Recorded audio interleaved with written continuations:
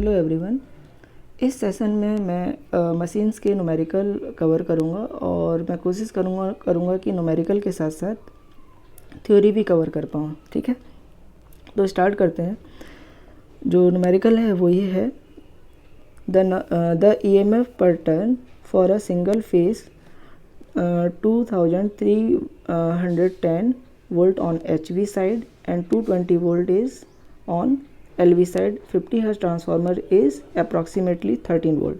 मतलब EMF पर turn given है 13 वोल्ट और हमें क्या क्या फाइंड करना है वो देख लेते हैं। The number of primary and secondary turns and the net cross sectional area of the core for a maximum flux density of 1.4 Tesla. Okay, तो स्टार्ट करते हैं। तो सबसे पहले ए नंबर का हम लोग सॉल्यूशन करते हैं।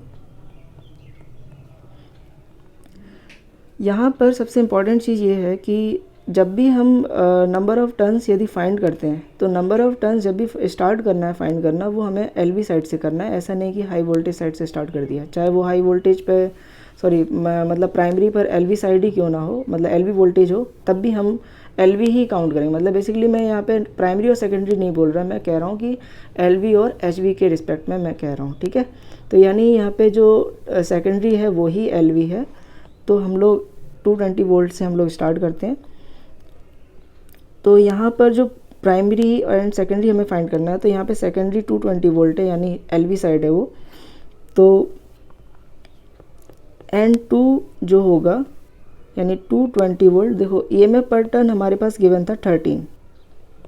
ओके, इसे यदि आप डिवाइड करोगे, बेसिकली जो 220 वोल्ट था वो LV साइड का वोल्टेज है और EMF पर टर्न यानी 13 वोल्ट से हम ऐसे डिवाइड करेंगे तो हमें N2 मिल जाएगा। क्लियर है?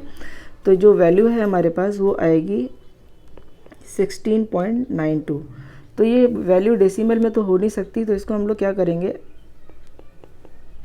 अप्रॉक्सीमेट वैल्यू ले लेंगे 17। ओके, अब 17 से हम लोग यानी अब हमारे पास जो N2 की वैल्यू है यानी सेकेंडरी साइड का जो नंबर ऑफ टर्न्स है वो 17 है। इसके रिस्पेक्ट में हम लोग N1 फाइंड करेंगे। तो N1 की जो वैल्यू है वो देखते हैं कितनी होगी। N1 इज इक्वल टू, देखो ये फॉर्मूला हम लोग जानते हैं ना, ट्रांसफॉर्मेशन रेशियो वाला, N1 divided by N2 is equal to V1 by V2 and N1 is equal to V1 by V2 into N2। Clear है? तो V1 कितना है हमारे पास, देखो 2310 डिवाइडेड बाई 220 इंटू N2 अभी हम लोगों ने कितना निकाला था, 17। इसको यदि हम लोग कैलकुलेट करते हैं तो हमारे पास जो आंसर आता है 178.5। देखो यहाँ पर भी डेसिमल में ही आ रहा है, तो हम लोग फिर से रीअप्रॉक्सीमेट करेंगे N2 की वैल्यू को। N2 हमारे पास पहले 17 था, अब हम इसे रीअप्रॉक्सीमेट करके 18 कर देते हैं। ठीक है ना, जिससे हमारे पास जो प्राइमरी टर्न्स हैं वो एग्जैक्ट इंटीजर वैल्यू में आ जाए। ठीक है, तो अब हम लोग फाइंड करते हैं N1 is equal to 2310 divided by 220 into 18। अब यहाँ से हम लोग फाइंड करेंगे ना, तो हमारे पास जो वैल्यू आने वाली है वो है 189 टन्स। क्लियर है? तो हम लोग कह सकते हैं कि N2 की वैल्यू 18 यानी N1 कितना होना चाहिए, 189 और N2 कितना होना चाहिए, 18। ये हमारा आंसर आ गया ए नंबर का। ठीक है, तो यहाँ पे देखो सबसे इम्पॉर्टेंट चीज़ ये है कि हम LV साइड से स्टार्ट कर रहे हैं। सबसे पहले LV साइड का हम लोग नंबर ऑफ़ टर्न्स निकालेंगे, उसके बाद HV साइड का निकालेंगे। ऐसा कभी नहीं करना है कि पहले HV साइड का निकालना है, नहीं तो आंसर गलत हो जाएगा। ठीक है, तो LV साइड से स्टार्ट करना है। क्लियर है? अब हम लोग B नंबर का देखते हैं। B में हमें क्या फाइंड करना है, net cross sectional area of the core and maximum flux density दी है 1.4 टेस्ला। तो देखो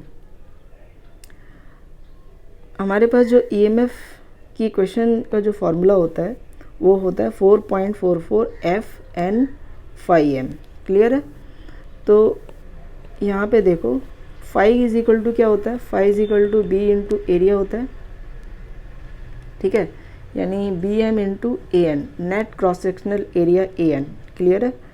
FN B M maximum flux density, A N net cross sectional area and E M F. तो हम लोग एल वी सेट्स का ही हम लोग कैलकुलेट करते हैं। ई टू इसे करते हैं एन टू। ओके, तो ई टू हमारे पास 220 वोल्ट है और एन टू हमारे पास आया था 18 इज इक्वल टू 4.44। फ्रिक्वेंसी कितनी है 50 hertz, 1.4 into A N. 1.4 maximum flux density given था, उसको हम लोगों ने यहाँ पे लिख लिया। अब हम लोग ए एन निकाल लेंगे यहाँ से, तो ए एन हो जाएगा 220 volt divided by 18 into 4.44 into 50 into 1.4। अब जो आंसर आने वाला है हमारे पास वो है 393 सेंटीमीटर स्क्वायर। ये आप इसे कैलकुलेट करोगे ना तो ये आंसर आ जाएगा। तो ए एन की वैल्यू मैं लिख सकता हूँ 393 सेंटीमीटर स्क्वायर। क्लियर है? तो देखो इसमें भी कुछ नहीं था, इसमें बस सिंपल सा ये फार्मूला याद रखना है। ठीक है, ईएमएफ का जो इक्वेशन का जो फार्मूला होता है ट्रांसफार्मर का, वो होता है 4.44 एफ एन फाई एम। और फाई इज इक्वल टू क्या होता है, phi is equal to B A यानी B M into A N, यानी ए एन हो गया क्रॉस सेक्शनल एरिया। क्लियर है? तो ये हमारे पास दोनों आंसर आ चुका है। ओके, आगे फिर इस तरीके के मैं वीडियो लेके आऊँगा और लगभग मैं 50 से अबव क्वेश्चन कवर करूँगा जो कि ट्रांसफार्मर के जितने भी कंपोनेंट्स हैं वो सारी चीज़ें कवर हो जाएंगी। ओके, मिलते हैं नेक्स्ट वीडियो में। Thank you for watching.